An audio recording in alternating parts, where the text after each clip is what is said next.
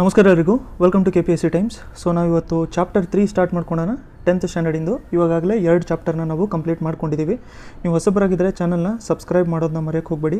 ಅದೇ ಥರ ವೀಡಿಯೋನ ಕೊನೆವರೆಗೂ ನೋಡಿ. ಇಷ್ಟ ಆಗಿದ್ದರೆ ಲೈಕ್ ಬಟನ್ನ ಪ್ರೆಸ್ ಮಾಡೋದಂತೂ ಮರೆಯೋಕ್ಕೆ ಹೋಗಬೇಡಿ. ಸೊ ನೀವೇನಾದರೂ ಪ್ರಿಪೇರ್ ಆಗ್ತಾ ಇದ್ದರೆ ಎಕ್ಸಾಮ್ಸ್ಗಳಿಗೆ, ನೀವು ನಮ್ಮ ಪೇಯ್ಡ್ ವಾಟ್ಸಪ್ ಗ್ರೂಪ್ನ ಜಾಯ್ನ್ ಆಗ್ಬೋದು. ಸೊ ಇದರಲ್ಲಿ ನಾವು daily current affairs related quiz ಕನ್ನಡದಲ್ಲಿ ಇಂಗ್ಲೀಷಲ್ಲಿ ಎರಡೂ ಕೂಡ ಅಪ್ಡೇಟ್ ಮಾಡ್ತಾ ಇರ್ತೀವಿ. ಜೊತೆಗೆ ಬೇರೆ ಥರದ ಅಪ್ಡೇಟ್ಸು ಕೂಡ, ವೊಕ್ಯಾಬ್ಯುಲರಿ ಆಗಿರ್ಬೋದು, ವೀಕ್ಲಿ ಮಾಕ್ ಟೆಸ್ಟ್ ಆಗಿರ್ಬೋದು, ಮೇನ್ಸ್ ಆನ್ಸರ್ಸ್ಗಳಿಗೋಸ್ಕರ ಟೆಂಪ್ಲೇಟ್ ಆಗಿರ್ಬೋದು, ಎಸ್ಸೆ ರಿಲೇಟೆಡ್ PDFs ಆಗಿರ್ಬೋದು, ಜಾಬ್ ನೋಟಿಫಿಕೇಷನ್ಸ್ ಎಲ್ಲದೂ ಅಪ್ಡೇಟ್ ಮಾಡ್ತಾ ಇರ್ತೀವಿ. ನಿಮಗೆ ಬೇಕಾಗಿದ್ದರೆ ನೀವು ಕಾಂಟ್ಯಾಕ್ಟ್ ಮಾಡ್ಕೋಬೋದು ಕೊಟ್ಟಿರೋಂಥ ನಂಬರ್ಸ್ ಮೇಲೆ. ಸೊ ಫಸ್ಟ್ ನಂಬರ್ ಮೇಲೆ ಜಾಸ್ತಿ ಕಾಂಟ್ಯಾಕ್ಟ್ ಮಾಡ್ಕೊಂಡಿರಿ. ಕೆಲವೊಂದು ಸರಿ ಸೆಕೆಂಡ್ ಏನಾದ್ರು ರಿಪ್ಲೈ ಮಾಡ್ಕೊಂಡಿರಲಿಲ್ಲ ಅಂತಂದರೆ. ಸೊ ನಾವು ಚಾಪ್ಟರ್ 3ನ ಸ್ಟಾರ್ಟ್ ಮಾಡ್ಕೊಳ್ಳೋಕ್ಕಿಂತ ಮುಂಚೆ ಒಂದು ಸರಿ ಬ್ರೀಫ್ ಇಂಟ್ರೊಡಕ್ಷನ್ನ ನೋಡ್ಕೊಂಡ್ಬಿಟ್ರೋಣ ಇನ್ನೊಂದು ಸರಿ, ಯಾಕಂತಂದರೆ ಸ್ವಲ್ಪ ಗ್ಯಾಪ್ ಆಗಿದೆ ಅಲ್ಲ, ಅದಕ್ಕೋಸ್ಕರ. ಸೊ ನಾವಿಲ್ಲಿ 10th ಸ್ಟ್ಯಾಂಡರ್ಡಿಂದ ಏನಾದರೂ ಕಂಪ್ಲೀಟಾಗಿ ಸ್ಟೇಟ್ ಟೆಕ್ಸ್ಟ್ ಬುಕ್ ನಮ್ದು ಏನಿದೆ, ಕರ್ನಾಟಕ ಸ್ಟೇಟಿನ ಟೆಕ್ಸ್ಟ್ ಬುಕ್ ಏನಿದೆ, ಅದನ್ನು ಓದಿದ್ರೆ ಈ ಹಿಸ್ಟ್ರಿ ಬಗ್ಗೆ ನಮಗೆ ಬೇಕಾಗಿರೋಂಥ ಇಂಪಾರ್ಟೆಂಟ್ ಪಾಯಿಂಟ್ಸ್ ಎಲ್ಲದೂ ಕೂಡ ಕವರ್ ಆಗಿ ಹೋಗ್ಬಿಟ್ಟಿರುತ್ತೆ. ಯಾಕಂತಂದರೆ ಅವರು ಒಂದು ಸೀಕ್ವೆನ್ಸಲ್ಲಿ ಕೊಟ್ಟಿದ್ದಾರೆ. ಫಸ್ಟ್ ಚಾಪ್ಟ್ರಲ್ಲಿ ನೋಡ್ಕೋಬೇಕು ಅಂತಂದರೆ ಯಾರ್ಯಾರು ನಮಗೆ ಯೂರೋಪಿಯನ್ಸ್ ಇದ್ದರು ಇಂಡಿಯಾದಲ್ಲಿ ಬರೋಕ್ಕೆ, ಯಾರ್ಯಾರು ಯೂರೋಪಿಯನ್ಸ್ ಇದ್ದರು ಇಂಡಿಯಾದಲ್ಲಿ ಬಂದಿರೋರು ಅಂತ ಹೇಳ್ಬಿಟ್ಟು ಹೇಳ್ತಾರೆ. ಸೆಕೆಂಡು, ಇಲ್ಲಿ ಇರೋವಂಥ ಯೂರೋಪಿಯನ್ಸು, ಯಾರ್ಯಾರು ಯೂರೋಪಿಯನ್ಸನ್ನು ಇಂಡಿಯಾಗೆ ಬಂದಿದ್ದರು ಅವರೆಲ್ಲ ಯಾವ ಥರ ತಮ್ಮ ರೂಲ್ನ ಇಂಡಿಯಾದಲ್ಲಿ ಎಕ್ಸ್ಟೆಂಡ್ ಮಾಡಿದ್ರು. ಬೆಂಗಾಲ್ ರೀಜನಲ್ಲಿ ಯಾವ ಥರ ಹೋದ್ರು ಅವರು, ಮರಾಠ ರೀಜನಲ್ಲಿ ಯಾವ ಥರ ಹೋದರು, ಅದಾದಮೇಲೆ ಬೇರೆ ಕಡೆ ನಮಗೆ ಸಿಂಧ್ ರೀಜನು, ಅಲ್ಲೆಲ್ಲ ಯಾವ ಥರ ಅವರು ರೂಲ್ ಮಾಡ್ಕೊಳಕ್ಕೆ ಹೋದರು, ಯಾವ್ಯಾವ ಥರ ವಾರ್ಸ್ಗಳನ್ನ ಅವರು ಫೈಟ್ ಮಾಡಿದರು, ಅವನ್ನೆಲ್ಲದನ್ನೂ ನಾವು ಸೆಕೆಂಡ್ ಚಾಪ್ಟರಲ್ಲಿ ನೋಡ್ಕೊಂಡಿದ್ದೀವಿ. ಇವಾಗ ಥರ್ಡ್ ಚಾಪ್ಟರ್ ಥರ್ಡ್ ಚಾಪ್ಟರ್ ಯಾವುದ್ರ ಬಗ್ಗೆ ಹೇಳುತ್ತೆ? ಥರ್ಡ್ ಚಾಪ್ಟರ್ ನೋಡಿ ಇಂಪ್ಯಾಕ್ಟ್ ಬಗ್ಗೆ ಹೇಳುತ್ತೆ. ಅದಕ್ಕೆ ನಮಗೆ third chapter impact of British rule in India ಅಂತ ಹೇಳ್ಬಿಟ್ಟು ಕರೀತಾರೆ. ಇಂಪ್ಯಾಕ್ಟ್ ಅಂತಂದ್ರೆ ಏನು? ಇವಾಗ ಎಕ್ಸ್ಟೆಂಡ್ ಅಂತೂ ಆಗೋಗ್ಬಿಟ್ಟಿದ್ದಾರೆ, ಬ್ರಿಟಿಷ್ ಅವರು ಇಂಡಿಯಾದಲ್ಲಿ ಇದ್ದಾರೆ, ಇವಾಗ ಎಕ್ಸ್ಟೆಂಡ್ ಆಗ್ತಾ ಇದ್ದಾರೆ. ಅವರಿಲ್ಲಿ ಯಾವ ಥರ ರೂಲ್ ಮಾಡ್ಕೊತಾ ಇದ್ದರು ಅದನ್ನು ಥರ್ಡ್ ಚಾಪ್ಟರ್ ನಮಗೆ ಹೇಳುತ್ತೆ. ಸೊ ಇಲ್ಲಿ ಇಂಟ್ರೊಡಕ್ಷನಲ್ಲಿ ನಮಗೇನು ಕೊಟ್ಟಿರ್ತಾರಲ್ಲ, ಇವೆಲ್ಲದೂ ಕೂಡ ತುಂಬ ಇಂಪಾರ್ಟೆಂಟು. ಇವನ್ನ ಡೈರೆಕ್ಟಾಗಿ ನಮಗೆ ಮೇನ್ಸಲ್ಲಿ ಇವನ್ನೇ ಕ್ವೆಶನ್ ಅಂತ ಹೇಳ್ಬಿಟ್ಟು ಕೊಟ್ಟಿರ್ತಾರೆ. ಸೊ ಇಲ್ಲಿ ನೋಡಿ, ಅಡ್ಮಿನಿಸ್ಟ್ರೇಟಿವ್ ಮತ್ತು ಜುಡಿಷಿಯಲ್ ಸಿಸ್ಟಮ್ ಯಾವ ಥರ ಇತ್ತು, ಅಡ್ಮಿನಿಸ್ಟ್ರೇಷನ್ ಯಾವ ಥರ ನಡೆಸ್ತಾ ಇದ್ರು ಅಂತಂದರೆ ಲಾ ಆ್ಯಂಡ್ ಆರ್ಡರೆಲ್ಲ ಯಾವ ಥರ ಇಲ್ಲಿ ಇಂಪ್ಲಿಮೆಂಟ್ ಮಾಡ್ತಾಯಿದ್ರು, ರೂಲ್ಸ್ ಯಾವ ಥರ ಇರ್ತಾಯಿದ್ರು. ಅದ್ರ ಜೊತೆಗೆ ಜುಡಿಷಿಯಲ್ ಸಿಸ್ಟಮ್ ಅಂತಂದರೆ ನಮಗೆ ಅದು ಜುಡಿಷರಿ ಅಂತ ಹೇಳಿದ ತಕ್ಷಣ ನಮ್ಗೆ ಏನು ಬರುತ್ತೆ, ಕೋರ್ಟ್ಸ್ ಬರುತ್ತೆ. ಸೊ ಕೋರ್ಟ್ಸಲ್ಲಿ ಲಾ ಆ್ಯಂಡ್ ಆರ್ಡರೆಲ್ಲ ಯಾವ ಥರ ಅವರು ಜಡ್ಜ್ ಮಾಡ್ತಾಯಿದ್ರು ಅವನ್ನೆಲ್ಲ ಹೇಳ್ತಾ ಇರ್ತಾರೆ. ಇದರಲ್ಲಿ ಸಿವಿಲ್ ಸರ್ವಿಸ್ ರಿಲೇಟೆಡ್ಡು ಏನೇನು ಅಡ್ಮಿನಿಸ್ಟ್ರೇಷನ್ ಇರ್ತಾಯಿತ್ತು, judicial system, police system, military system, ಇವೆಲ್ಲ ಯಾವ ಥರ ಇತ್ತು ಅಂತ ಹೇಳ್ಬಿಟ್ಟು ನಾವು ಈ ಚಾಪ್ಟ್ರಲ್ಲಿ ನೋಡ್ಕೊತಾ ಇರ್ತೀವಿ. ಅದಾದಮೇಲೆ ಬರುವಂಥದ್ದು ಮೋಸ್ಟ್ ಇಂಪಾರ್ಟೆಂಟು ಟಾಪಿಕ್ ನಮಗೆ ಪ್ರಿಲಿಮ್ಸ್ಗೂ ಕೂಡ ಮೇನ್ಸ್ಗೂ ಕೂಡ, tax system, permanent zamindari system ಅಂತಂದ್ರೆ ಏನು, ಅದನ್ನು ಇಂಪ್ಲಿಮೆಂಟ್ ಮಾಡಿದವರು ಯಾರು, ಅದಾದಮೇಲೆ ಅದರಲ್ಲಿ ಏನು ಆಗ್ತಾಯಿತ್ತು, ಮಹಲ್ವಾರಿ ಅಂತಂದರೆ ಏನು, ರಾಯತ್ವಾರಿ ಸಿಸ್ಟಮ್ ಅಂತಂದ್ರೆ ಏನು, ಇವೆಲ್ಲದೂ ಕೂಡ ನಮ್ಗೆ ಗೊತ್ತಾಗುತ್ತೆ. ಜೊತೆಗೆ ನೆಕ್ಸ್ಟ್ ಇಂಪಾರ್ಟೆಂಟ್ ನಮಗೆ ಮಾಡರ್ನ್ ಎಜುಕೇಷನು, ಲಾರ್ಡ್ ಮೆಕೋಲೆ ಇದ್ರಲ್ಲ ಅವರು ಯಾವ ಥರ ಎಜುಕೇಷನ್ ಸಿಸ್ಟಮ್ನ ಇಂಪ್ಲಿಮೆಂಟ್ ಮಾಡ್ತಾಯಿದ್ರು, ಲಾರ್ಡ್ ಮೆಕೋಲೆ ಅವ್ರ ಬಗ್ಗೆ ಯಾಕೆ ಓದಬೇಕು ನಾವು, ಅದಾದಮೇಲೆ ವುಡ್ಸ್ ಕಮಿಷನ್ ಅಂತಂದರೆ ಏನು, ಇದ್ರ ಬಗ್ಗೆ ಡೀಟೇಲ್ಸ್ ಎಲ್ಲ ನಾವು ನೋಡ್ಕೊತಾ ಇರ್ತೀವಿ. ಲಾಸ್ಟಲ್ಲಿ ನಮಗೆ ಲಾಸ್ ಬರುತ್ತೆ. ಸೊ ನೀಟಾಗಿ ಇಡೀ ಬ್ರಿಟಿಷ್ ರೂಲಿನ ಇಂಪ್ಯಾಕ್ಟ್ ಏನಿದೆ ಅದು ನಮ್ಗೆ ಇದರಲ್ಲಿ ಗೊತ್ತಾಗ್ಬಿಟ್ಟಿರುತ್ತೆ. ಸೊ ನೋಡಿ, ಈ ಚಾಪ್ಟರ್ನ ನಾವು ನೋಡ್ಕೊಂಬಿಟ್ರೆ ಕಂಪ್ಲೀಟಾಗಿ ನಮಗೆ ಬೇಸು ರೆಡಿ ಆಗೋಗ್ಬಿಟ್ಟಿರುತ್ತೆ. ಇದ್ರ ಮೇಲೆ ನಮಗೆ ಎಕ್ಸ್ಟ್ರಾ ಡೀಟೇಲ್ ಬೇಕಾಗಿರುತ್ತೆ ಅಂದರೆ ನಾವು ಸ್ಪೆಕ್ಟ್ರಮ್ ಬುಕ್ನ ರೆಫರ್ ಮಾಡ್ಕೊಂಡಿರ್ಬೋದು. ಬಟ್ KPSCಯಲ್ಲಿ ಯೂಶ್ವಲಾಗಿ ಇಷ್ಟು ಓದ್ಕೊಂಡಿದ್ರೆ ಇದರಿಂದನೇ ಅವರು ಕೇಳೋವಂಥದ್ದು ಕ್ವೆಶನ್ಸು ಕೂಡ ಜಾಸ್ತಿ ಆಗಿರುತ್ತೆ. ಸ್ಪೆಕ್ಟ್ರಮಿಂದ ಕೇಳೋದೇ ಇಲ್ಲ ಅಂತ ಇಲ್ಲ, ಬಟ್ ಇದರಿಂದ ನಮಗೆ ಜಾಸ್ತಿ ಕವರ್ ಮಾಡ್ಕೊಂಡ್ಬಿಟ್ಟಿರ್ತಾರೆ. ಸೊ ಈ ಚಾಪ್ಟರ್ನ ನಾವು ಇವಾಗ ಸ್ಟಾರ್ಟ್ ಮಾಡ್ಕೊಳ್ಳೋಣ. ಅಂದರೆ ಈ ಲೆಸನ್ನ ನಾವು ಸ್ಟಾರ್ಟ್ ಮಾಡ್ಕೊಳ್ಳೋಕ್ಕಿಂತ ಮುಂಚೆ ಸ್ವಲ್ಪ ಬೇಸಿಕ್ಸ್ನ ಔಟ್ಲೈನ್ ಅರ್ಥ ಮಾಡ್ಕೊಳ್ಳೋಣ. ಇವಾಗ ನಮ್ಮಲ್ಲಿ ಬ್ರಿಟಿಷ್ ಇದ್ದರು. ಬ್ರಿಟಿಷ್ ಅವರು ಸ್ಟಾರ್ಟಿಂಗ್ ಯಾಕೆ ಬಂದಿದ್ದು, ನಮಗೆ ಟ್ರೇಡಿಗೋಸ್ಕರ ಬಂದಿದ್ದರು, ವ್ಯಾಪಾರ ಮಾಡ್ಕೊಳ್ಳೋಕ್ಕೆ, ಬಿಸ್ನೆಸ್ ಮಾಡ್ಕೊಳ್ಳೋಕೆ ಅಂತ ಹೇಳ್ಬಿಟ್ಟು ಬಂದಿದ್ರು ಅವರು. ಸೊ ಟ್ರೇಡು ಅಥವಾ ಅವ್ರದ್ದು ಕಾಮರ್ಸ್ ರಿಲೇಟೆಡ್ ಏನಿತ್ತಲ್ಲ ಅದು ಎಲ್ಲದು ಕೂಡ ನಮಗೆ ಸಕ್ಸಸ್ಫುಲ್ ಆಗಿತ್ತು. ನಾವು ಪ್ರೀವಿಯಸ್ ಚಾಪ್ಟರಲ್ಲಿ ಅದ್ರ ಬಗ್ಗೆ ನೋಡ್ಕೊಂಡಿದ್ದೀವಿ, ಯಾವ ಥರ ಅವರು ಎಕ್ಸ್ಟೆಂಡ್ ಆದರು, ಬ್ರಿಟಿಷ್ ರೂಲು ಇಂಡಿಯಾದಲ್ಲಿ ಯಾವ ಥರ ಎಕ್ಸ್ಟೆಂಡ್ ಮಾಡ್ಕೊಂಡ್ರು ಅಂತ ಹೇಳ್ಬಿಟ್ಟು ನಾವು ನೋಡ್ಕೊಂಡಿದ್ದೀವಿ. ಆದರೆ ಅವರು ಪೊಲಿಟಿಕ್ಸಲ್ಲಿ ಅಥವಾ ಪೊಲಿಟಿಕಲ್ ಸಿಸ್ಟಮಲ್ಲಿ ಯಾಕೆ ಜಾಸ್ತಿ ಅವರು ಬಂದರು ಅಥವಾ ಯಾಕೆ ಜಾಸ್ತಿ ಅವರು ರೂಲ್ ಮಾಡ್ಕೊಳ್ಳೋಕೆ ಕಾರಣ ಏನಾಯಿತು ಅಂತ ಹೇಳ್ಬಿಟ್ಟು ನಾವು ತಿಳ್ಕೊಬೇಕಾಗತ್ತೆ. ಸೊ ಅವರು ರೂಲ್ ಸ್ಟಾರ್ಟ್ ಮಾಡ್ಕೊಳ್ಳೋಕ್ಕಿಂತ ಮುಂಚೆ ನಮ್ಮಲ್ಲಿ ಬೇರೆ ಯಾವ ಥರ ರೂಲ್ಸ್ ಇತ್ತು ಅದನ್ನು ಫಸ್ಟು ನಾವು ನೋಡ್ಕೋಬೇಕು. ಅವರು ರೂಲ್ ಮಾಡ್ಕೊಳ್ಳೋಕ್ಕಿಂತ ಮುಂಚೆ ಏನಾಗ್ತಿತ್ತು ಅಂತಂದರೆ ಬೇರೆ ಬೇರೆ ಥರ ರಾಜರು ಇರ್ತಾಯಿದ್ರು, ಬೇರೆ ಬೇರೆ ಕಿಂಗ್ಡಮ್ಸ್ಗಳೆಲ್ಲ ಇರ್ತಾಯಿತ್ತು, ನಮ್ಗೆ ಗೊತ್ತಿದೆ ಇವಾಗಲೇ. ಸೊ ಇಲ್ಲಿ ಮೈಸೂರಲ್ಲಿ ನೋಡ್ಕೋಬೋದು, ಎಕ್ಸಾಂಪಲು ಕೇರಳ ನೋಡ್ಕೊಳ್ಳೋಣ ಎಕ್ಸಾಂಪಲಿಗೆ, ಅದಾದಮೇಲೆ ಮಹಾರಾಷ್ಟ್ರದಲ್ಲೊಂದು, ಅದಾದಮೇಲೆ ಬೆಂಗಾಲಲ್ಲೊಂದು, ಡೆಲ್ಲಿಯಲ್ಲೊಂದು, ಈ ಥರ ಎಲ್ಲ ಕಿಂಗ್ಡಮ್ಸ್ ಇರ್ತಾಯಿತ್ತು. ಇಲ್ಲೇನಾಗ್ತಾಯಿತ್ತು, ಎಲ್ಲರದು ಮೇನ್ ಪರ್ಪಸ್ ಏನಿರುತ್ತೆ, ನಾವು ಮುಂಚೆಯಿಂದನೇ ಹೇಳಿರುವಂಥದ್ದು ಇರೋವಂಥ ಕಿಂಗ್ಡಮ್ನ ಪ್ರೊಟೆಕ್ಟ್ ಮಾಡ್ಕೋಬೇಕು, ಜೊತೆಗೆ ಇರೋವಂಥ ಕಿಂಗ್ಡಮ್ನ ಇನ್ನು ಎಕ್ಸ್ಪ್ಯಾಂಡ್ ಮಾಡ್ಕೋಬೇಕು. ಪ್ರೊಟೆಕ್ಟ್ ಯಾರಿಂದ ಮಾಡ್ಕೋಬೇಕು, ಬೇರೆಯವ್ರು ಅಟ್ಯಾಕ್ ಮಾಡಬಾರ್ದು, ಅದರಿಂದ ಪ್ರೊಟೆಕ್ಟ್ ಮಾಡ್ಕೋಬೇಕು, ಸೇವ್ ಮಾಡ್ಕೋಬೇಕು. ಎಕ್ಸ್ಪ್ಯಾಂಡ್ ಯಾಕೆ ಮಾಡ್ಕೋಬೇಕು, ಇನ್ನೂ ಸ್ವಲ್ಪ ನಮ್ಮ ರೂಲು ದೊಡ್ಡದಾಗಬೇಕು ಅದಕ್ಕೋಸ್ಕರ. ಸೊ ಇದರಿಂದ ಏನಾಗ್ತಾಯಿತ್ತು ಅಂತಂದರೆ ಒಬ್ಬರಿಂದ ಒಬ್ಬರ ಮಧ್ಯದಲ್ಲಿ ಸ್ವಲ್ಪ ಎನಿಮಿಟಿ ತುಂಬ ಜಾಸ್ತಿ ಇರ್ತಾಯಿತ್ತು, ಒಬ್ಬರಿಂದ ಒಬ್ಬರ ಮಧ್ಯದಲ್ಲಿ ದ್ವೇಷ ತುಂಬ ಜಾಸ್ತಿ ಇರ್ತಾಯಿತ್ತು. ಸೊ ಮೈಸೂರು ಅದಾದಮೇಲೆ ನಮಗೆ ಬೇರೆ ನಾವೆಲ್ಲ ಡೈನೆಸ್ಟೀಸ್ನ ನಾವೆಲ್ಲ ತೊಗೊಂಡ್ರೆ ಇಲ್ಲಿ ಮಧ್ಯದಲ್ಲಿ ಸ್ವಲ್ಪ ಡಿವಿಷನ್ಸು ತುಂಬ ಜಾಸ್ತಿ ಆಗ್ತಾಯಿತ್ತು. ಆದರೆ ನಾವು ಬ್ರಿಟಿಷ್ ಅವ್ರ ಬಗ್ಗೆ ನೋಡ್ಕೋಬೇಕು ಅಂತಂದರೆ ಇವ್ರದ್ದೇನು ಪಾಸಿಟಿವ್ ಪಾಯಿಂಟು, ಇವರು ಇದ್ದಿದ್ದೇ ಒಂದು ಕಂಪನಿ, ಒಂದೇ ಒಂದು ಕಂಪನಿ ಇದು. ಸೊ ಇದ್ದಿದ್ದೇ ಒಂದು ಕಂಪನಿ. ಸೊ ಆ ಕಂಪನಿಯಲ್ಲಿ ರೂಲ್ಸು ಅವರು ನೀಟಾಗಿ ಇಟ್ಬಿಟ್ಟಿದ್ರು. ಏನು ರೂಲ್ಸಾಗಿ ಇಟ್ಬಿಟ್ಟಿದ್ರು ಅಂತಂದರೆ ಯಾರು ಇದರಲ್ಲಿ ಮೇನು ಗವರ್ನರ್ ಆಗಿರ್ತಾರೆ, ಯಾರು ಗವರ್ನರ್ ಜನರಲ್ ಆಗಿರ್ತಾರೆ, ಅದಾದಮೇಲೆ ಅವ್ರ ಕೆಳಗಡೆ ಯಾರ್ಯಾರು ರೂಲ್ ಮಾಡ್ಕೊತಾ ಇರ್ತಾರೆ, ಅವರಿಗೆ ಏನೇನು ಪವರ್ಸ್ ಇರುತ್ತೆ, ಇವನ್ನೆಲ್ಲ ನೀಟಾಗಿ ಅವ್ರು ಬರೆದಿಡ್ತಾಯಿದ್ರು. ಬಟ್ ಇಲ್ಲಿ ನಮ್ಮಲ್ಲಿ ಇರುವಂಥ ಕಿಂಗ್ಡಮ್ಸ್ಗಳೆಲ್ಲ ಏನಿರ್ತಾಯಿತ್ತಲ್ಲ, ಇಲ್ಲೆಲ್ಲ ರಾಜರೆಲ್ಲ ಏನಿರ್ತಾ ಇದ್ರಲ್ಲ, ಅವ್ರ ಮಧ್ಯದಲ್ಲಿ ಸ್ವಲ್ಪ ಎನಿಮಿಟಿ ಜಾಸ್ತಿ ಆಗ್ತಾಯಿದ್ರು. ಯಾಕೆ ಅಂತಂದರೆ ಈಗ ಒಬ್ಬ ರಾಜ ಇದ್ದಾರೆ, ಅವ್ರಿಗೆ ಒಂದು 3-4 ಜನ ಮಕ್ಕಳಿದ್ದಾರೆ, ಬಟ್ ದೊಡ್ಡ ಮಗ ಯಾರು ಇರ್ತಾರಲ್ಲ ಅವರೇ ನೆಕ್ಸ್ಟು ಕಿಂಗ್ ಆಗ್ತಾಯಿದ್ರು. ಸೊ ಅದಕ್ಕಿಂತ ಅವ್ರಿಗಿಂತ ಚಿಕ್ಕವರಿರೋರೆಲ್ಲ ಏನು ಮಾಡ್ತಾಯಿದ್ರು, ಇವ್ರ ಮೇಲೆ ಏನಾದ್ರು ಪ್ಲ್ಯಾನ್ ಮಾಡಿಬಿಟ್ಟು ಇವ್ರನ್ನ ಸಾಯಿಸ್ಬಿಟ್ಟು ಅವ್ರು ಬರುವಂಥದ್ದು ರೂಲಿಗೆ. ಆ ಥರದ್ದೆಲ್ಲ ಪ್ರಾಬ್ಲಮ್ ಆಗ್ತಾಯಿತ್ತು. ಇದು ಸುಮ್ಮನೆ ಎಕ್ಸಾಂಪಲ್ ಹೇಳಿರೋವಂಥದ್ದು. ಈ ಥರದ್ದೆಲ್ಲ ಯೂಶ್ವಲಾಗಿ ಪ್ರಾಬ್ಲಮ್ ಇರ್ತಾಯಿತ್ತು. ಇದರಿಂದ ನಮಗೇನು ಗೊತ್ತಾಗುತ್ತೆ, ಇದರಿಂದ ನಮ್ಮಲ್ಲಿ ಇರುವಂಥ ಪೊಲಿಟಿಕಲ್ ಸಿಸ್ಟಮಲ್ಲಿ ಮುಂಚೆಯಿಂದನೇ ಪ್ರಾಬ್ಲಮ್ಸ್ ಇರುತ್ತೆ ಅಂತ ಹೇಳ್ಬಿಟ್ಟು ಗೊತ್ತಾಗುತ್ತೆ. ಅಂತಂದರೆ ಅವ್ರ ಮಧ್ಯದಲ್ಲೇ ಪ್ರಾಬ್ಲಮ್ಸ್ ಇರುತ್ತೆ ಅಂತ. ಇದನ್ನು ಬ್ರಿಟಿಷವ್ರು ಏನು ಮಾಡ್ಕೊಂಡ್ರು ಅಂತಂದರೆ ಅವರ ಬೆನಿಫಿಟ್ಗೋಸ್ಕರ ಯೂಸ್ ಮಾಡಿಕೊಂಡ್ರು. ಯಾವ ಥರ ಯೂಸ್ ಮಾಡ್ಕೊತಾರೆ ಅಂತಂದರೆ, ಒಬ್ಬರು ಏನಾದ್ರು ಬ್ರಿಟಿಷಿನ ಪರ್ಮಿಷನ್ ಕೇಳಬೇಕು, ಎಕ್ಸಾಂಪಲ್ ಬ್ರಿಟಿಷಿನ ಹೆಲ್ಪ್ ಕೇಳಬೇಕು ಅಂತಂದರೆ ಅವ್ರು ಏನು ಹೇಳ್ತಾಯಿದ್ರು, ನಾವು ನಿಮಗೆ ಹೆಲ್ಪ್ ಮಾಡ್ತೀವಿ ಬೇರೆಯವ್ರನ್ನ ಡಿಫೀಟ್ ಮಾಡ್ಕೊಳ್ಳೋಕ್ಕೆ, ಆದರೆ ನಿಮ್ಗೆ ಕೊಟ್ಟಿರುವಂಥ ಹೆಲ್ಪಿಗೆ ನೀವು ನಮಗೆ ಬೇರೆ ಥರದ್ದೆಲ್ಲ ಬೆನಿಫಿಟ್ಸ್ ಕೊಡಬೇಕು ಅಂತ ಹೇಳ್ಬಿಟ್ಟು ಅವ್ರು ಹೇಳ್ತಾ ಇರ್ತಾಯಿದ್ರು. ಸೊ ಈ ಥರ ಮಾಡಿರೋಂಥ ಪಾಲಿಸಿಗೆ ನಾವೇನಂತ ಕರಿಬೋದು, ಈ ಥರ ಮಾಡಿರೋಂಥ ಪಾಲಿಸಿಗೆ ನಾವು ಡಿವೈಡ್ ಆ್ಯಂಡ್ ರೂಲ್ ಅಂತ ಹೇಳ್ಬಿಟ್ಟು ಕರಿತೀವಿ. ಅಂತಂದರೆ ಇರೋವಂಥವ್ರಲ್ಲೇ ಡಿವೈಡ್ ಮಾಡಿಬಿಟ್ಟು ರೂಲ್ ಮಾಡ್ಕೊಳ್ಳೋಂಥದ್ದು. ಇದು ಒಂದು ಡೈನೆಸ್ಟಿಯಿಂದ ಇನ್ನೊಂದು ಡೈನೆಸ್ಟಿಗೆ ಅಷ್ಟೇ ಅಲ್ಲ, ಇರೋವಂಥ ಡೈನೆಸ್ಟಿಯಲ್ಲೇ ಡಿವಿಷನ್ ಮಾಡೋವಂಥದ್ದು. ಈ ಎಕ್ಸಾಂಪಲ್ ಇಲ್ಲಿ ಕಿಂಗ್ ಇದ್ದಾರೆ. ಸೊ ಕಿಂಗ್ ಇದ್ದಾರೆ, ಅದಾದಮೇಲೆ ಇವ್ರಿಗೆ ಬೇರೆ ಮಿನಿಸ್ಟರ್ ಇದ್ದಾರೆ, ಅದಾದಮೇಲೆ ಬೇರೆ ಆರ್ಮಿಯವರು ಜನರಲ್ ಯಾರು ಇರ್ತಾರೆ. ಸೊ ಇವ್ರೇನು ಮಾಡೋರು, ನಿನ್ನ ನಾವು ನೆಕ್ಸ್ಟ್ ಕಿಂಗ್ ಮಾಡ್ತೀವಿ, ನೀವು ಇವ್ರ ಮೇಲೆ ನಾವು ದಾಳಿ ಮಾಡಿದಾಗ ನಮ್ಮ ಸೈಡ್ ಬರಬೇಕು ನೀವು ಅಂತ ಹೇಳ್ಬಿಟ್ಟು ಇವ್ರು ಹೇಳುವಂಥವ್ರು. ಸೊ ಈ ಥರ ಮಾಡಿರೋಂಥ ಪಾಲಿಸಿಗೆ ನಾವೇನಂತ ಕರಿತೀವಿ, ಡಿವೈಡ್ ಆ್ಯಂಡ್ ರೂಲ್ ಅಂತ ಹೇಳ್ಬಿಟ್ಟು ಕರಿತೀವಿ. ಸೊ ಡಿವೈಡ್ ಆ್ಯಂಡ್ ರೂಲ್ ಮಾಡಿದ ಮೇಲೆ ಏನು ಮಾಡ್ತಾಯಿದ್ರು ಅವರು, ನೆಗೋಷಿಯೇಟ್ ಮಾಡ್ಕೊತಾಯಿದ್ರು. ಸರಿನಪ್ಪ, ನಾನು ನಿನಗೆ ಹೆಲ್ಪ್ ಮಾಡಿದೆ, ಅದಕ್ಕೆ ನೀನು ಮುಂಚೆನೇ ನಾವು ಹೇಳಿರೋಂಗೆ ಇವೆಲ್ಲದು ನಮ್ಗೆ ಬೆನಿಫಿಟ್ಸ್ ಕೊಡಬೇಕು. ಸೊ ನೀನು ಸೋತಿದೆಯಾ, ನೀನು ಸೋತಿರೋದ್ರಿಂದ ನೀನು ನಮಗೆ ವಾರಲ್ಲೇ ಆಗಿರೋಂಥ ಎಕ್ಸ್ಪೆನ್ಸಸ್ಸಿಗೆ ಇಷ್ಟು ಅಮೌಂಟ್ ಕೊಡಬೇಕು, ಜೊತೆಗೆ ನಿನ್ನ ಏರಿಯಾದಲ್ಲಿ ಇಷ್ಟು ಏರಿಯಾ ನಂದಾಗಿರುತ್ತೆ, ಆ ಥರ ಹೇಳ್ತಾಯಿದ್ರು. ಅದನ್ನೇ ಇಲ್ಲಿ ಫಸ್ಟ್ ಪ್ಯಾರಾಗ್ರಾಫಲ್ಲಿ ಕೊಟ್ಟಿರೋವಂಥದ್ದು. ಡಿವೈಡ್ ಆ್ಯಂಡ್ ರೂಲ್ ಪಾಲಿಸಿನ ಇವ್ರು ಫಾಲೋ ಮಾಡ್ಕೊತಾಯಿದ್ರು. ಅದ್ರ ಜೊತೆಗೆ ಇದು ವಾರ್ ಆದಮೇಲೆ ಏನು ಮಾಡ್ತಾಯಿದ್ರು ಅಂತಂದರೆ, ಅಥವಾ ಬೇರೆಯವ್ರ ಜೊತೆಗೆ ವಾರ್ ಮಾಡಿಬಿಡ್ತಾಯಿದ್ರು, ಅದಾದಮೇಲೆ ನೆಗೋಸಿಯೇಷನ್ ಮಾಡ್ಕೊತಾಯಿದ್ರು. ಇದರಿಂದಾಗಿ ಅವ್ರು ಏನು ಮಾಡ್ಕೊಳ್ಳೋಕೆ ಸ್ಟಾರ್ಟ್ ಮಾಡಿದ್ರು ಅಂತಂದರೆ, ಎಕ್ಸ್ಪ್ಯಾಂಡ್ ಮಾಡ್ಕೊಳ್ಳೋಕೆ ಸ್ಟಾರ್ಟ್ ಮಾಡಿದ್ರು. ಇವಾಗ ನಿಮಗೆ ಬೇಸಿಕ್ಸ್ ಇದರಲ್ಲಿ ಅರ್ಥ ಆಗಿದೆ ಅಂತ ಹೇಳ್ಬಿಟ್ಟು ಅಂದ್ಕೊಂಡಿದ್ದೀನಿ. ಸೊ ಈ ಪಾಲಿಸೀಸ್ ಎಲ್ಲ ಯಾವ ಥರ ಇಂಪ್ಲಿಮೆಂಟ್ ಮಾಡಿದ್ರು ಅಂತ ಹೇಳ್ಬಿಟ್ಟು ನಾವು ಸೆಕೆಂಡ್ ಚಾಪ್ಟರಲ್ಲಿ ನೋಡ್ಕೊಂಡಿದ್ದೀವಿ. ಅದನ್ನೇ ನಾವು ಎಕ್ಸ್ಟೆನ್ಷನ್ ಅಂತ ಹೇಳ್ಬಿಟ್ಟು ಕರೆಯುವಂಥದ್ದು. ಯಾವ ಥರ ವಾರ್ಸ್ಗಳೆಲ್ಲ ಆಯಿತು, ಆಂಗ್ಲೋ ಮರಾಠ ವಾರು, ಆಂಗ್ಲೋ ಮೈಸೂರು ವಾರು, ಅವನ್ನೆಲ್ಲ ನಾವು ಡೀಟೇಲಲ್ಲಿ ನೋಡ್ಕೊಂಡಿದ್ದೀವಿ. ಇದನ್ನು ನೋಡ್ಕೊಂಡಿಲ್ಲ ಅಂತಂದರೆ, ಆ ಚಾಪ್ಟರ್ನ ನೋಡ್ಕೊಂಡಿಲ್ಲ ಅಂತಂದರೆ ಅವನ್ನ ಒಂದ್ಸರಿ ನೋಡ್ಕೊಂಡಿರಿ, ಕಂಟಿನ್ಯೂಯೇಷನ್ಗೆ ನಿಮಗೆ ಹೆಲ್ಪ್ ಆಗ್ತಾ ಇರುತ್ತೆ. ಸೊ ಇವಾಗ ಏನಾಯಿತು, ಇವಾಗ ಪೊಲಿಟಿಕಲ್ ಸಿಸ್ಟಮ್ನ ಇವರು ಎಸ್ಟಾಬ್ಲಿಷ್ ಮಾಡ್ಕೊಂಡ್ಬಿಟ್ಟಿದ್ರು. ಎಲ್ಲಿ, ಬ್ರಿಟಿಷವರು ಇಂಡಿಯಾದಲ್ಲಿ ಪೊಲಿಟಿಕಲ್ ಸಿಸ್ಟಮ್ನ ಅವರು ಎಸ್ಟಾಬ್ಲಿಷ್ ಮಾಡ್ಕೊಂಡ್ಬಿಟ್ಟಿದ್ರು. ಆದರೆ ಇರುವಂಥ ಡೈನೆಸ್ಟೀಸು ಕೂಡ, ಇರುವಂಥ ರೀಜನು ಕೂಡ ಬೇರೆ ಬೇರೆ ಕಡೆ ಇದ್ದಾವೆ. ಅವು ಎಲ್ಲದಕ್ಕೂ ಕೂಡ ಒಂದೇ ಥರದ್ದು ರೂಲ್ಸು ರೆಗ್ಯುಲೇಷನ್ ಇರಬೇಕು. ಅವರು ರೂಲ್ ಮಾಡ್ತಿರೋವಂಥದ್ದು ಏರಿಯಾಸಲ್ಲಿ ಒಂದೇ ಥರದ್ದು ಸಿಸ್ಟಮ್ ಇರಬೇಕು. ಅದನ್ನು ಏನಂತ ಕರಿಬೋದು ನಾವು ಅಂತಂದರೆ, ಒನ್ ನೇಷನ್ ಕಾನ್ಸೆಪ್ಟ್ ಅಂತ ಹೇಳ್ಬಿಟ್ಟು ಕರಿಬೋದು. ಅಂತಂದರೆ ಎಲ್ಲ ಕಡೆಗೂ ಕೂಡ ಬೇರೆ ಬೇರೆ ಥರದ್ದು ರೂಲ್ಸು, ಬೇರೆ ಬೇರೆ ಥರದ್ದು ರೆಗ್ಯುಲೇಷನ್ಸ್ ನಡೀತಾ ಇರುತ್ತೆ. ಈ ಎಕ್ಸಾಂಪಲ್ ನಾವು ಮರಾಠ ರೂಲ್ಸ್ ಇತ್ತು ಅಂತ ಹೇಳ್ಬಿಟ್ಟು ಅಂದ್ಕೊಳ್ಳೋಣ. ಮರಾಠಾಸು ಆ ಟೈಮಲ್ಲಿ ಛತ್ರಪತಿ ಶಿವಾಜಿ ಮಹಾರಾಜ್ ಇರ್ಬೇಕಾರೆ ಅವ್ರೇನು ಮಾಡ್ತಿದ್ರು ಅಂತಂದರೆ, ಚೌತು ಸರ್ದೇಶ್ಮುಖಿ ಅಂತ ಹೇಳ್ಬಿಟ್ಟು ಅವರು ಕಲೆಕ್ಟ್ ಮಾಡ್ಕೊತಾಯಿದ್ರು. ಚೌತು ಸರ್ದೇಶ್ಮುಖಿ, ಚೌತ್ ಅಂತಂದರೆ 1/4, ಸರ್ದೇಶ್ಮುಖಿ ಅಂತಂದರೆ 1/10, ಆ ಥರದ್ದು ಇರತ್ತದು. ಸೊ 1/4 ರೆವೆನ್ಯೂ ಸಿಸ್ಟಮು, 1/10 ಆ ಥರದ್ದೆಲ್ಲ ಅವರು ಕಲೆಕ್ಟ್ ಮಾಡ್ಕೊತಾಯಿದ್ರು. ಸೊ ಇದು ಈ ಥರ ಇರೋವಂಥ ಸಿಸ್ಟಮಲ್ಲಿ ಒಂದೊಂದು ಏರಿಯಾಸಲ್ಲಿ ಒಂದೊಂದು ಥರ ಸಿಸ್ಟಮ್ ನಡೀತಾ ಇದೆ. ಆದರೆ ಎಲ್ಲ ಏರಿಯಾದರೂ ಕೂಡ ನಮ್ಮ ಮಂಡ್ಯರಲ್ಲಿ ಇರಬೇಕು ಅಂತಂದರೆ ಎಲ್ಲ ಕಡೆಯೂ ಕೂಡ ಒಂದೇ ಥರದ್ದು ರೂಲ್ಸ್ ರೆಗ್ಯುಲೇಷನ್ ಇರಬೇಕು ಅಂತ ಹೇಳ್ಬಿಟ್ಟು ಯಾರು ಬ್ರಿಟಿಷ್ ಅವರು ಮಾಡ್ಕೊಂಡಿದ್ರು. ಅದನ್ನು ನಾವು ಒನ್ ನೇಷನ್ ಕಾನ್ಸೆಪ್ಟ್ ಅಂತ ಹೇಳ್ಬಿಟ್ಟು ಕರಿತೀವಿ.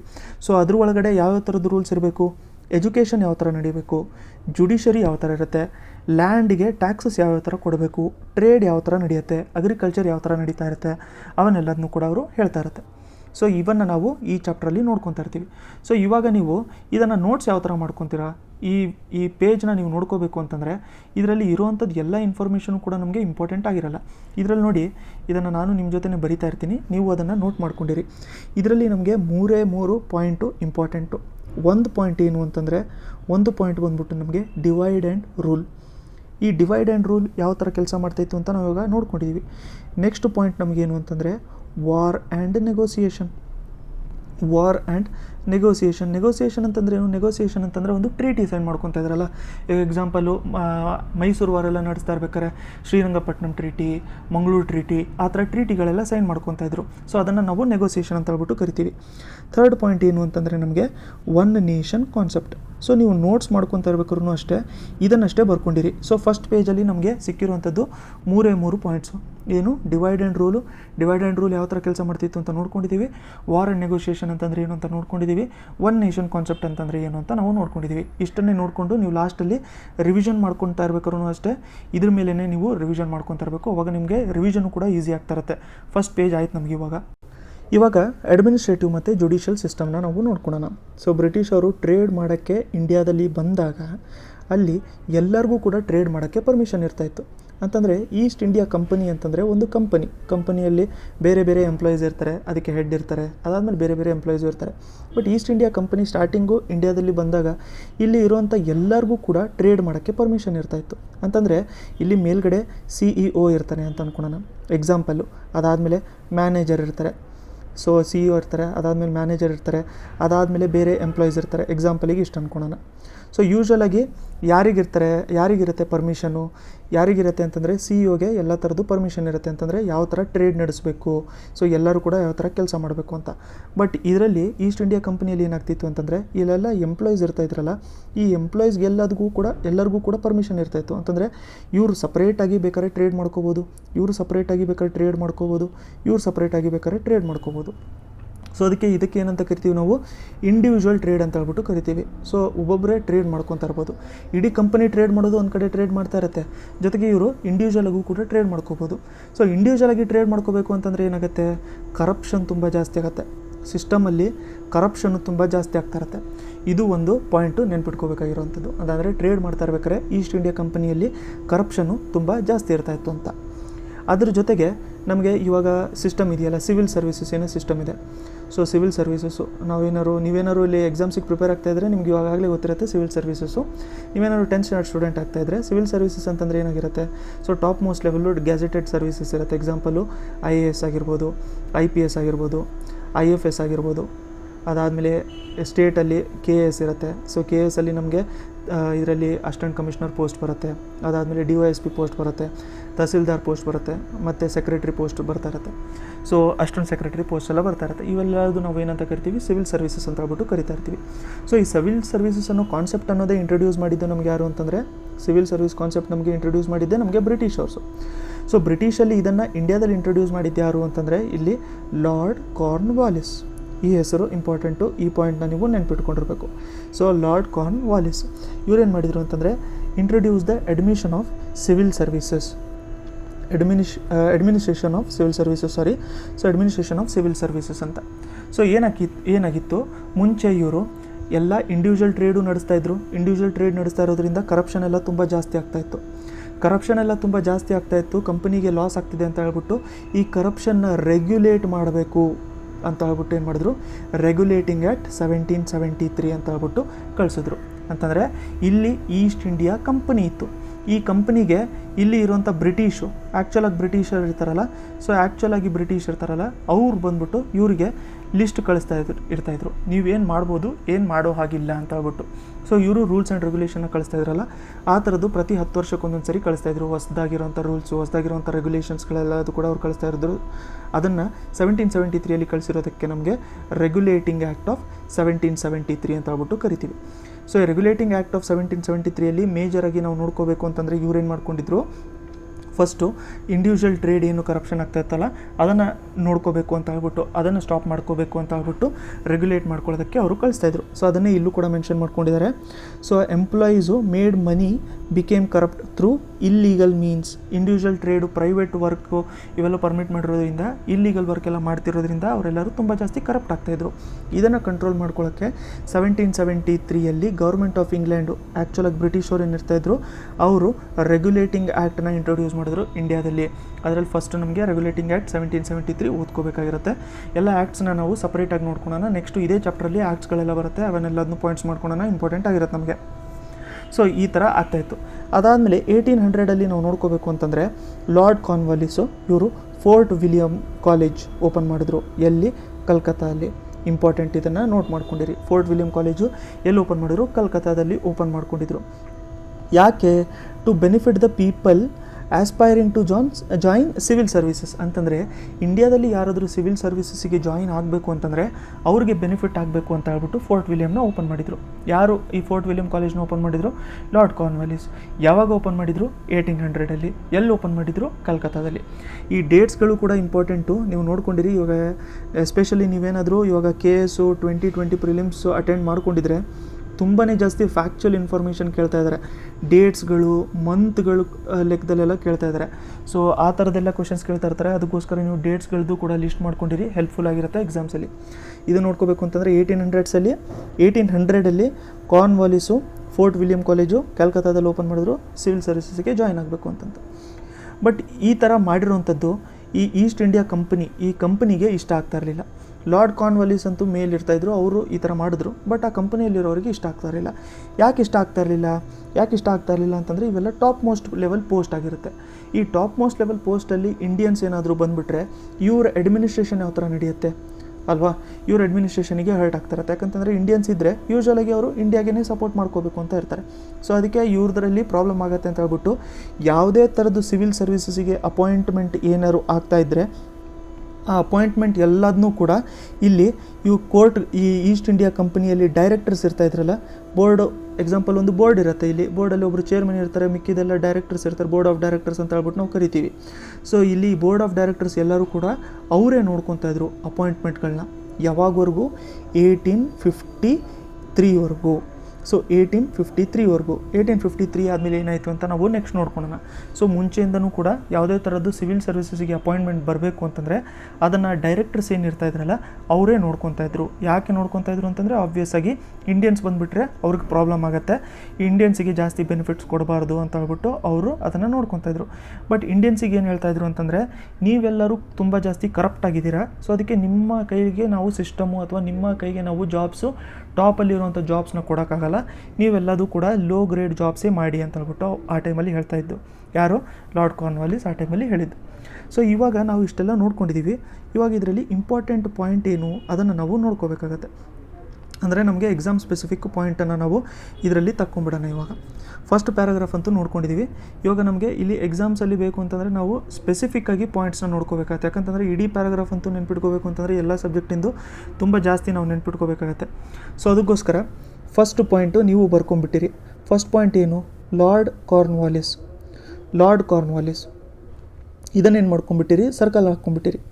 ಸೊ ಇದನ್ನು ಇನ್ನೊಂದು ಸರಿ ಬರೀತೀನಿ. ನಾನು ಇದೇ ಥರ ನೋಟ್ಸ್ ಮಾಡಿರ್ತೀನಿ. ರಿವಿಷನಿಗೆ ನಿಮಗೂ ಹೆಲ್ಪ್ಫುಲ್ ಆಗ್ತಾ ಇರುತ್ತೆ. ನಿಮ್ಗೆ ಹೆಲ್ಪ್ ಆಗ್ತಾಯಿದ್ರೆ ನೀವು ಕೂಡ ಅದೇ ಥರ ನೋಟ್ಸ್ ಮಾಡ್ಕೊಂಡಿರಿ. ಲಾರ್ಡ್ ಕಾರ್ನ್ವಾಲಿಸ್ ಅಂತ ಬರ್ಕೊಂಡಿರಿ. ಸೊ ಲಾರ್ಡ್ ಕಾರ್ನ್ವಾಲಿಸ್ ಇವನೇನು ಮಾಡ್ದ? ಲಾರ್ಡ್ ಕಾರ್ನ್ವಾಲಿಸು ಸಿವಿಲ್ ಸರ್ವಿಸಸ್ಸಿಗೆ ರಿಲೇಟೆಡು. ಇದನ್ನು ಬರ್ಕೊಂಬಿಡಿ. ಸಿವಿಲ್ ಸರ್ವಿಸಿಗೆ ರಿಲೇಟೆಡು ಏನು ಮಾಡ್ದ ನೀನು? 1800 ಏನು ಮಾಡಿದ್ದು? ಫೋರ್ಟ್ ವಿಲಿಯಮ್ ಅನ್ನೋ ಕಾಲೇಜನ್ನ ಓಪನ್ ಮಾಡಿದ್ದ. ಫೋರ್ಟ್ ವಿಲಿಯಮ್ ಅನ್ನೋ ಕಾಲೇಜನ್ನ ಓಪನ್ ಮಾಡಿದ್ದ. ಎಲ್ಲಿ? ಕೋಲ್ಕತ್ತಾ ಅಥವಾ ಕಲ್ಕತ್ತಾದಲ್ಲಿ ಓಪನ್ ಮಾಡಿದ್ದ. ಸೊ ಇವಾಗ ಈ ಸಿವಿಲ್ ಸರ್ವಿಸಸ್ ಅನ್ನೋವಂಥದ್ರಲ್ಲಿ ಯಾರು ಇರ್ತಾಯಿದ್ರು? ಡೈರೆಕ್ಟರ್ಸೇ ನೀಟಾಗಿ ನೋಡ್ಕೊತಾಯಿದ್ರು. ಅಷ್ಟೇ. ನಮಗೆ ಇಷ್ಟು ಮಾಡ್ಕೊಂಬಿಟ್ರೆ ಇದರಿಂದ ಕಂಪ್ಲೀಟಾಗಿ ಫಸ್ಟ್ ಪ್ಯಾರಾಗ್ರಾಫ್ ಮುಗಿದೋಗ್ಬಿಟ್ಟಿರುತ್ತೆ. ಏನು ಹೇಳ್ತಾ ಇರುತ್ತೆ, ಇದನ್ನು ರಿವಿಷನ್ ಮಾಡ್ತಿರೋಂಥ ಟೈಮಲ್ಲಿ okay lord Cornwallis civil services introduce ಮಾಡಿಕೊಂಡ್ರು, ಬಟ್ ಡೈರೆಕ್ಟರ್ಸ್ ಅದನ್ನು ನೋಡ್ಕೊತಾ ಇದ್ರು. ಯಾಕಂತಂದರೆ ಇಂಡಿಯನ್ಸು ಅದರಲ್ಲಿ ಎಂಟರ್ ಆಗುವಂಥದ್ದು ಅವ್ರಿಗೆ ಇಷ್ಟ ಆಗ್ತಾ ಇರಲಿಲ್ಲ. 1800s ಫೋರ್ಟ್ ವಿಲಿಯಂ ಕಾಲೇಜ್ನ ಇವ್ರು ಸ್ಟಾರ್ಟ್ ಮಾಡಿಕೊಂಡ್ರು, ಎಲ್ಲಿ ಕೋಲ್ಕತ್ತಾದಲ್ಲಿ. ಸೊ ಇಷ್ಟೇ ಇರೋವಂಥದ್ದು ಇದರಲ್ಲಿ ಇಂಪಾರ್ಟೆಂಟ್ ಪಾಯಿಂಟು, ಇಷ್ಟು ನೀವು ಬರ್ಕೊಂಡ್ಬಿಟ್ಟಿರಿ. ಫಸ್ಟ್ ಸ್ಲೈಡಲ್ಲಿ ನಾವು ಎರಡು ಲೈನ್ ಬರ್ಕೊಂಡ್ವಿ, ಸೆಕೆಂಡ್ ಸ್ಲೈಡಲ್ಲಿ ನಾವು ಈ ಥರ ಇನ್ನೊಂದು ರಿವಿಷನ್ ನೋಟ್ಸ್ ಮಾಡ್ಕೊಂಡ್ಬಿಟ್ಟಿದ್ವಿ. ನೆಕ್ಸ್ಟು ಜುಡಿಷಿಯಲ್ ಸಿಸ್ಟಮ್ ಅಂತ ಹೇಳ್ಬಿಟ್ಟು ನೋಡ್ಕೊಳ್ಳೋಣ, ಜುಡಿಷರಿ ಅಥವಾ ಕೋರ್ಟ್ಸು ಇದ್ರ ಬಗ್ಗೆ ನೋಡ್ಕೊಳ್ಳೋಣ. ಈಗ ಜುಡಿಷಿಯಲ್ ಸಿಸ್ಟಮ್ನ ನಾವು ನೋಡ್ಕೋಬೇಕು ಅಂತಂದರೆ ನಾವು ಇವಾಗಲೇ ಮುಂಚೆ ಲಾಸ್ಟ್ ಚಾಪ್ಟರಲ್ಲಿ ಬ್ಯಾಟಲ್ ಆಫ್ ಬಕ್ಸರ್ ಅಂತ ನಾವು ನೋಡ್ಕೊಂಡಿದ್ದೀವಿ. ಸೊ ಈ ಬ್ಯಾಟಲ್ ಆಫ್ ಬಕ್ಸರ್ ಆದಮೇಲೆ ಏನಾಯಿತು ಅಂತಂದರೆ, ಈ ಬ್ಯಾಟಲ್ ಆಫ್ ಬಕ್ಸರ್ನ ರಿಸಲ್ಟಿಂದ ಏನಾಯಿತು ಅಂತಂದರೆ ದಿವಾನಿ ರೈಟ್ಸು ಸಿಕ್ಕಿತ್ತು. ದಿವಾನಿ ರೈಟ್ಸ್ ಸಿಕ್ಕಿತ್ತು. ಯಾರಿಗೆ ಈ ದಿವಾನಿ ರೈಟ್ಸ್ ಸಿಕ್ಕಿತ್ತು ಅಂತಂದರೆ, ಈ ದಿವಾನಿ ರೈಟ್ಸ್ ಬಂದ್ಬಿಟ್ಟು ನಮಗೆ ಬ್ರಿಟಿಷ್ ಅವ್ರಿಗೆ ದಿವಾನಿ ರೈಟ್ಸು ಸಿಕ್ಕಿತ್ತು. ಸೊ ಯಾರಿಂದ ಈ ದಿವಾನಿ ರೈಟ್ಸ್ ಸಿಕ್ಕಿತ್ತು ಅಂತಂದರೆ ಶಾ ಆಲಂ ಇಂದ ದಿವಾನಿ ರೈಟ್ಸು ಸಿಕ್ಕಿತ್ತು. ಇವಾಗ ದಿವಾನಿ ರೈಟ್ಸ್ ಅಂತ ಆವಾಗಲಿಂದ ಹೇಳ್ತಾ ಇದ್ದೀವಿ. ಬಟ್ ದಿವಾನಿ ರೈಟ್ಸ್ ಅಂತಂದರೆ ಏನು? ದಿವಾನಿ ರೈಟ್ಸ್ ಅಂತಂದರೆ ರೆವೆನ್ಯೂನ ಕಲೆಕ್ಟ್ ಮಾಡ್ಕೊಳ್ಳೋದಕ್ಕೆ ರೈಟ್, ರೆವೆನ್ಯೂನ ಕಲೆಕ್ಟ್ ಮಾಡ್ಕೊಳ್ಳೋದಕ್ಕೆ ರೈಟ್ಸು. ರೆವೆನ್ಯೂ ಅಂತಂದ್ರೆ ಏನು? ಇವಾಗ ನಾವು ಗೌರ್ಮೆಂಟಿಗೆ ಏನು ಟ್ಯಾಕ್ಸ್ ಕಟ್ತಾ ಇರ್ತೀವಿ. ಇವಾಗ ನಾವು ನೋಡ್ಕೋಬೇಕು ಅಂತಂದರೆ ಈ ಎಕ್ಸಾಂಪಲ್ಲು, ನಾವು ಒಂದು ಫೋನ್ನ ತೊಗೊತೀವಿ ಅಂತ ಹೇಳ್ಬಿಟ್ಟು ಅಂದ್ಕೊಳೋಣ. ಸೊ ನಾವು ಫೋನ್ನ ತೊಗೊತೀವಿ, 10,000 rupees ಇದೆ ಅಂತ ಹೇಳ್ಬಿಟ್ಟು ಅಂದ್ಕೊಳೋಣ. ಸೊ ಇದಕ್ಕೆ ಟ್ಯಾಕ್ಸ್ ಎಲ್ಲದು ಕೂಡ ಇನ್ಕ್ಲೂಡ್ ಆಗಿರುತ್ತೆ. ಸೊ ನಾವು ನಿಯರ್ಲಿ ಒಂದು 1,000 rupees ಇದಕ್ಕೆ ಟ್ಯಾಕ್ಸ್ ಕಟ್ಟಿದ್ದೀವಿ ಅಂತ ಹೇಳ್ಬಿಟ್ಟು ಅಂದ್ಕೊಳೋಣ. ಸೊ ಆ್ಯಕ್ಚುಲಾಗಿ ಫೋನ್ ಪ್ರೈಸ್ ಎಷ್ಟು? 9,000 rupees. ಬಟ್ ನಾವು ಕಟ್ಟಿರೋ 10,000 rupees. ಎಕ್ಸ್ಟ್ರಾ 1,000 rupees ಯಾರಿಗೂ ಹೋಯಿತು? ಈ 1,000 rupees ಬಂದುಬಿಟ್ಟು ನಮಗೆ ಗೌರ್ಮೆಂಟಿಗೆ ಹೋಯಿತು. ಸೊ ಗೌರ್ಮೆಂಟ್ ಇದರಿಂದ ಬೇರೆ ಬೇರೆ ಥರದ್ದು ಕೆಲಸ ಮಾಡ್ತಾ ಇರುತ್ತೆ. ಸೋಷಲ್ ಆ್ಯಕ್ಟಿವಿಟೀಸ್ ಆಗಿರ್ಬೋದು, ಬೇರೆ ಥರದ ಇಂಡಸ್ಟ್ರೀಸ್ ಓಪನ್ ಮಾಡಿರೋದು, ಅಥವಾ ರೋಡ್ಸ್ ಕನ್ಸ್ಟ್ರಕ್ಷನ್ ಮಾಡೋದು, ಸ್ಕೂಲ್ಸ್ ಕನ್ಸ್ಟ್ರಕ್ಷನ್ ಮಾಡೋದು, ಆ ಥರದ ಆ್ಯಕ್ಟಿವಿಟೀಸಲ್ಲೆಲ್ಲ ಗೌರ್ಮೆಂಟು ಖರ್ಚು ಮಾಡ್ತಾ ಇರ್ತದೆ ಅದನ್ನು. ಸೊ ಇದನ್ನು ನಾವು ಟ್ಯಾಕ್ಸ್ ಅಂತ ಹೇಳ್ಬಿಟ್ಟು ಕರಿತೀವಿ. ಆ ಟೈಮಲ್ಲಿ ಇರುವಂಥ ಟ್ಯಾಕ್ಸಿಗೆ ನಾವೇನಂತ ಕರಿತಾ ಇದ್ವಿ? ರೆವೆನ್ಯೂ ಸಿಸ್ಟಮು ಅಥವಾ ದಿವಾನಿ ರೈಟ್ಸ್ ಅಂತ ಹೇಳ್ಬಿಟ್ಟು ಕರಿತಾ ಇದ್ವಿ. ಸೊ ಬ್ಯಾಟಲ್ ಆಫ್ ಬಕ್ಸರ್ ಆದಮೇಲೆ ದಿವಾನಿ ರೈಟ್ಸು ಯಾರಿಗೆ ಬಂದಿತ್ತು ಅಂತಂದರೆ ಬ್ರಿಟಿಷ್ ಅವರಿಗೆ ಬಂದಿತ್ತು. ಈ ದಿವಾನಿ ರೈಟ್ಸ್ ಬಂದಿರೋದ್ರಿಂದ ಏನಾಯಿತು ಅಂತಂದರೆ ಡುವೆಲ್ ಗವರ್ನೆನ್ಸ್ ಎಸ್ಟಾಬ್ಲಿಷ್ ಆಯಿತು. ಸೊ ಡುವೆಲ್ ಗವರ್ನೆನ್ಸ್ ಒಂದು ಹೊಸ ವರ್ಡು ನಿಮಗೆ. ಡುವೆಲ್ ಅಂತಂದರೆ ಏನು? ಡುವೆಲ್ ಅಂತಂದರೆ ಎರಡು ಅಂತ, ಎರಡು. ಡುವೆಲ್ ಅಂತಂದರೆ ಎರಡು. ಗವರ್ನೆನ್ಸ್ ಅಂತಂದರೆ ಗೌರ್ಮೆಂಟು ನೋಡ್ಕೊಳ್ಳೋಂಥದ್ದು, ಅಡ್ಮಿನಿಸ್ಟ್ರೇಷನ್ಗೆ ನಾವು ಗೌರ್ಮೆಂಟ್ಸ್ ಅಂತ ಹೇಳ್ಬಿಟ್ಟು ಹೇಳ್ತಾ ಇರ್ತೀವಿ. ಸೊ ಎರಡು ಗೌರ್ಮೆಂಟು ಅಂತಂದರೆ ಏನು? ಎರಡು ಗೌರ್ಮೆಂಟ್ ಅಂತಂದರೆ ಏನಾಗುತ್ತೆ ಇದರಲ್ಲಿ? ಈಗ ಇಂಡಿಯನ್ಸ್ ಇರ್ತಾರೆ, ಅದಾದಮೇಲೆ ಇಲ್ಲಿ ಕಿಂಗ್ಸ್ ಇರ್ತಾರೆ, ಇಂಡಿಯನ್ಸ್ ಇರ್ತಾರೆ, ಕಿಂಗ್ಸ್ ಇರ್ತಾರೆ. ಕಿಂಗ್ಸ್ ಅಂತಂದರೆ ನಾವು ರಾಜರು ಏನು ನೋಡ್ಕೊತಾ ಇರ್ತೀವಿ. ಎಕ್ಸಾಂಪಲ್ ಇಲ್ಲಿ ಎಂಪರರು ಶಾ ಆಲಮ್ಮು ಇವರಾಗಿರ್ಬೋದು, ಅಥವಾ ಅಕ್ಬರ್ ಆಗಿರ್ಬೋದು, ಅಥವಾ ನಮಗೆ ಬೇರೆ ರಾಜರು ಒಡೆಯರ್ ಆಗಿರ್ಬೋದು. ಸೊ ಈ ಥರದ್ದೆಲ್ಲ ರಾಜರು ಇರ್ತಾರಲ್ಲ ಅವರೆಲ್ಲ ಕಿಂಗ್ಸು. ಅದಾದಮೇಲೆ ಇವ್ರು ಏನು ಮಾಡ್ಕೊತಾ ಇದ್ರು ಅಂತಂದರೆ ಮೇಲ್ಗಡೆ ಒಂದು ಸಿಸ್ಟಮ್ಮು ಇಲ್ಲಿ ಬ್ರಿಟಿಷ್ ಇರ್ತಾಯಿದ್ರು. ಸೊ ಯಾವುದೇ ಥರದ್ದು ನಾವು ಇಲ್ಲಿ ಕೊಟ್ಟಿದ್ದಾರೆ ನೋಡಿ, ಇಲ್ಲಿ ಯಾವುದೇ ಥರದ್ದು ನಾವು ಟ್ಯಾಕ್ಸು, ಸಿವಿಲ್ ಆಗಿರ್ಬೋದು, ಜುಡಿಷರಿ ಆಗಿರ್ಬೋದು, ಯಾವುದೇ ಥರದ್ದು ಟ್ಯಾಕ್ಸ್ ಇರ್ತಾಯಿದ್ರೆ ಅದನ್ನು ಇಂಡಿಯನ್ ಅಫಿಷಿಯಲ್ಸಿಗೆ ಕೊಡ್ತಾ ಇದ್ವಿ. ಅಂತಂದರೆ ಇಂಡಿಯನ್ಸ್ ಏನು ಇರ್ತಾಯಿದ್ರಲ್ಲ ಇಲ್ಲಿ ಸಿಟಿಸನ್ಸು, ಇವರೆಲ್ಲದೂ ಕೂಡ ಟ್ಯಾಕ್ಸ್ಗಳನ್ನ ಕಿಂಗಿಗೆ ಕೊಡ್ತಾಯಿದ್ರು. ಬಟ್ ಈ ಟ್ಯಾಕ್ಸ್ಗಳು ಏನು ಕಲೆಕ್ಟ್ ಮಾಡಿರ್ತಾರಲ್ಲ ಕಿಂಗು, ಆ ಟ್ಯಾಕ್ಸನ್ನು ಏನು ಮಾಡಬೇಕು ಅಂತ ಬ್ರಿಟಿಷ್ ಅವರು ನೋಡ್ಕೊತಾಯಿದ್ರು. ಸೊ ಇಲ್ಲಿ ಎರಡು ಸಿಸ್ಟಮ್ ಆಯಿತು. ಯಾಕಂತಂದರೆ ಟ್ಯಾಕ್ಸ್ನ ಕಲೆಕ್ಟ್ ಮಾಡ್ತಿರೋರೊಬ್ಬರು, ಆ ಕಲೆಕ್ಟ್ ಮಾಡಿರೋಂಥ ಟ್ಯಾಕ್ಸ್ನ ಏನು ಮಾಡಬೇಕು ಅಂತ ಹೇಳೋವಂಥವ್ರೊಬ್ಬರು. ಅದಕ್ಕೆ ನಾವೇನಂತ ಕರಿತೀವಿ? ಡುವೆಲ್ ಗವರ್ನೆನ್ಸ್ ಅಂತ ಹೇಳ್ಬಿಟ್ಟು ಕರಿತೀವಿ. ಸೊ ಈ ಥರ ಒಂದು ಡುವೆಲ್ ಗವರ್ನೆನ್ಸ್ನ ಎಸ್ಟಾಬ್ಲಿಷ್ ಮಾಡ್ಕೊಂಡಿದ್ರು. ಸೊ ಅದೇ ಥರ ಅವ್ರು ಏನಾದರು ಅಂತಂದರೆ ಪವರ್ಫುಲ್ ಎಲ್ಲ ಆಗ್ತಾಯಿದ್ರು.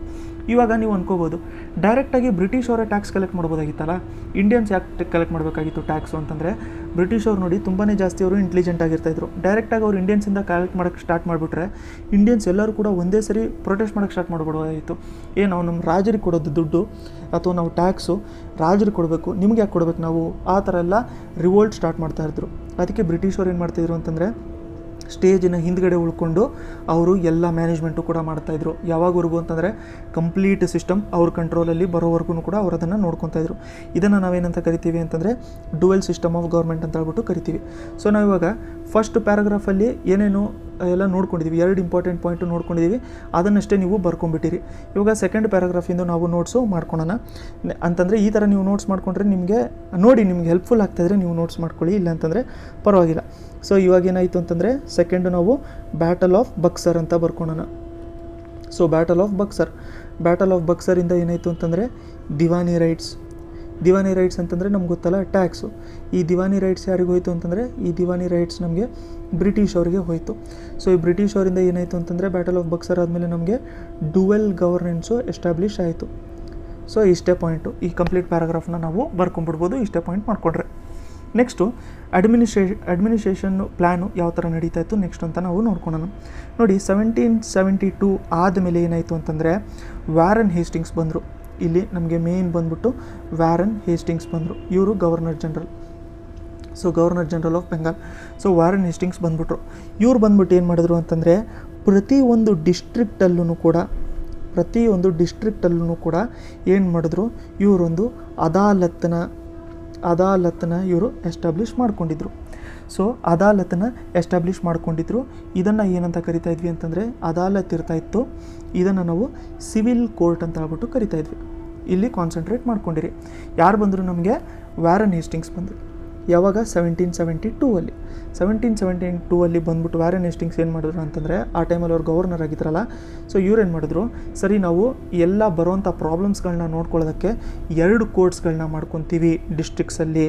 ಅದನ್ನು ಒಂದನ್ನು ನಾವು ಅದಾಲತ್ ಅಂತ ಹೇಳ್ಬಿಟ್ಟು ಕರಿತೀವಿ, ದಿವಾನಿ ಅದಾಲತ್ ಅಂತ ಹೇಳ್ಬಿಟ್ಟು ಕರಿತೀವಿ. ಇನ್ನೊಂದನ್ನು ನಾವು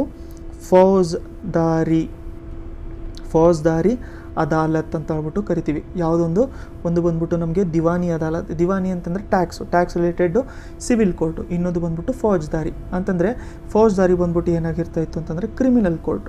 ಸೊ ಏನಾದರೂ ಕ್ರಿಮಿನಲ್ ಒಫೆನ್ಸ್ ಆಗ್ತಾಯಿದ್ರೆ ಅದರ ಕೇಸಸ್ಸು ಫೌಜ್ದಾರಿ ಅದಾಲತಲ್ಲಿ ಕೇಳ್ತಾಯಿದ್ರು.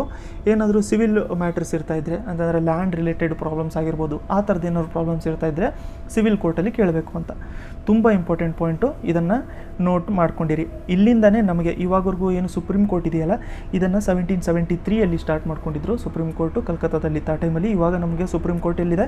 ಇವಾಗ ನಮಗೆ ಸುಪ್ರೀಂ ಕೋರ್ಟು ಡೆಲ್ಲಿಯಲ್ಲಿದೆ. ಆ ಟೈಮಲ್ಲಿ ಸುಪ್ರೀಂ ಕೋರ್ಟ್ ಬಂದ್ಬಿಟ್ಟು ಕಲ್ಕತ್ತಾದಲ್ಲಿ ಎಸ್ಟಾಬ್ಲಿಷ್ ಮಾಡ್ಕೊಂಡಿದ್ರು 1773. ಸೊ ಫಸ್ಟ್ ಆ್ಯಕ್ಚುಲ್ ಆಗಿ ಒಂದು ಕೋರ್ಟ್ ಅಂತ ಒಂದು ಸಿಸ್ಟಮ್ ಸ್ಟಾರ್ಟ್ ಆಗಿರುವಂಥದ್ದು ನಮಗೆ 1772 ದಿವಾನಿ ಅದಾಲತ್ತು, ಫೌಜ್ದಾರಿ ಅದಾಲತ್ತು ಸ್ಟಾರ್ಟ್ ಮಾಡಿದ್ದ್ಯಾರು? ವ್ಯಾರನ್ ಹೇಸ್ಟಿಂಗ್ಸು. ಸೊ ಯಾವುದಕ್ಕೋಸ್ಕರ ಇರ್ತಾ ಇತ್ತು ಅಂತಂದರೆ ದಿವಾನಿ ಅದಾಲತ್ ಸಿವಿಲ್ ಕೋರ್ಟ್ ಆಗಿರ್ತಾ ಇತ್ತು, ಫೌಜ್ದಾರಿ ಅದಾಲತ್ ಬಂದ್ಬಿಟ್ಟು ಕ್ರಿಮಿನಲ್ ಕೋರ್ಟ್ ಆಗಿರ್ತಾ ಇತ್ತು. ಸೊ ಈ ವಿಡಿಯೋಲಿ ಇಲ್ಲಿವರೆಗೂ ಸಾಕಾಗಿರುತ್ತೆ ನಮಗೆ. ಇಲ್ಲಿವರೆಗೂ ವೀಡಿಯೋ ನೋಡ್ಕೊಂಡಿದ್ದೀರ ಅಂತಂದರೆ #ಕೋರ್ಟ್ ಅಂತ ಹೇಳ್ಬಿಟ್ಟು ಕಮೆಂಟ್ ಮಾಡಿರಿ. ಕಮೆಂಟ್ ಮಾಡೋದು ಮರೆಯೋಕ್ಕೆ ಹೋಗಬೇಡಿ, ಯಾಕಂತಾರೆ ನೀವು ಕಮೆಂಟ್ ಮಾಡಿದ್ರೆ ಯೂಟ್ಯೂಬಲ್ಲಿ ಸ್ವಲ್ಪ ಜಾಸ್ತಿ ಬೇರೆಯವರು ಕೂಡ ವೀಡಿಯೋ ನೋಡೋ ಥರ ಯೂಟ್ಯೂಬ್ ಮಾಡುತ್ತೆ. ಅದಕ್ಕೋಸ್ಕರ ಕಮೆಂಟ್ ಮಾಡಿ ಅಂತ ಹೇಳ್ಬಿಟ್ಟು ಹೇಳೋವಂಥದ್ದು.